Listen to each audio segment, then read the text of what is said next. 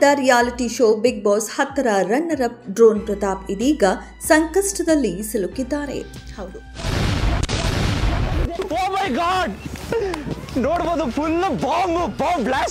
ಹೌದು, ನಿನ್ನೆ ಡಿಸೆಂಬರ್ 12ರಂದು ರೈತರ ಕೃಷಿ ಹೊಂಡದಲ್ಲಿ ಸೋಡಿಯಂ ಸ್ಫೋಟಿಸಿದ ಹಿನ್ನೆಲೆ ತಡರಾತ್ರಿ ಪ್ರತಾಪ್ರನ್ನ ಪೊಲೀಸರು ಬಂಧಿಸಿದ್ದಾರೆ.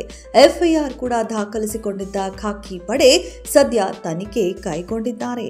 ಕೃಷಿ ಹೊಂಡಕ್ಕೆ ರಾಸಾಯನಿಕ ಸೋಡಿಯಂ ಎಸೆಯುವ ಮೂಲಕ ಬ್ಲಾಸ್ಟ್ ಮಾಡಿದ ಆರೋಪದ ಅಡಿ ಮಿಡಿಗೇಶಿ ಪೊಲೀಸರು ಪ್ರತಾಪ್ರನ್ನ ಅರೆಸ್ಟ್ ಮಾಡಿದ್ದಾರೆ. ಸುಮೋಟೋ ಕೇಸ್ನಡಿ ಎಫ್ಐಆರ್ ದಾಖಲಿಸಲಾಗಿದೆ. ತುಮಕೂರು ಜಿಲ್ಲೆ ಮಧುಗಿರಿ ತಾಲೂಕಿನ ಮಿಡಿಗೇಶಿ ಪೊಲೀಸ್ ಠಾಣೆಯ ಅಧಿಕಾರಿಗಳು ಸದ್ಯ ಪ್ರತಾಪ್ರನ್ನ ವಿಚಾರಣೆಗೆ ಒಳಪಡಿಸಿ ಹಲವು ಪ್ರಶ್ನೆಗಳನ್ನ ಕೇಳಿದ್ದಾರೆ. ಬೆಂಗಳೂರಿನಲ್ಲಿ ಡ್ರೋನ್ ಪ್ರತಾಪ್ರನ್ನ ಬಂಧಿಸಿರುವ ಖಾಕಿ ಪಡೆ ಮಿಡಿಗೇಶಿ ಪೊಲೀಸ್ ಠಾಣೆಗೆ ಕರೆತಂದು ವಿಚಾರಣೆಗೆ ಒಳಪಡಿಸಿದ್ದಾರೆ. ರೈತರ ಕೃಷಿ ಹೊಂಡದಲ್ಲಿ ಸೋಡಿಯಂ ಬಾಂಬ್ ಬ್ಲಾಸ್ಟ್ ಮಾಡಿ ವಿಡಿಯೋವನ್ನ ತಮ್ಮ ಯೂಟ್ಯೂಬ್ನಲ್ಲಿ ಅಪ್ಲೋಡ್ ಮಾಡಿದ್ರು.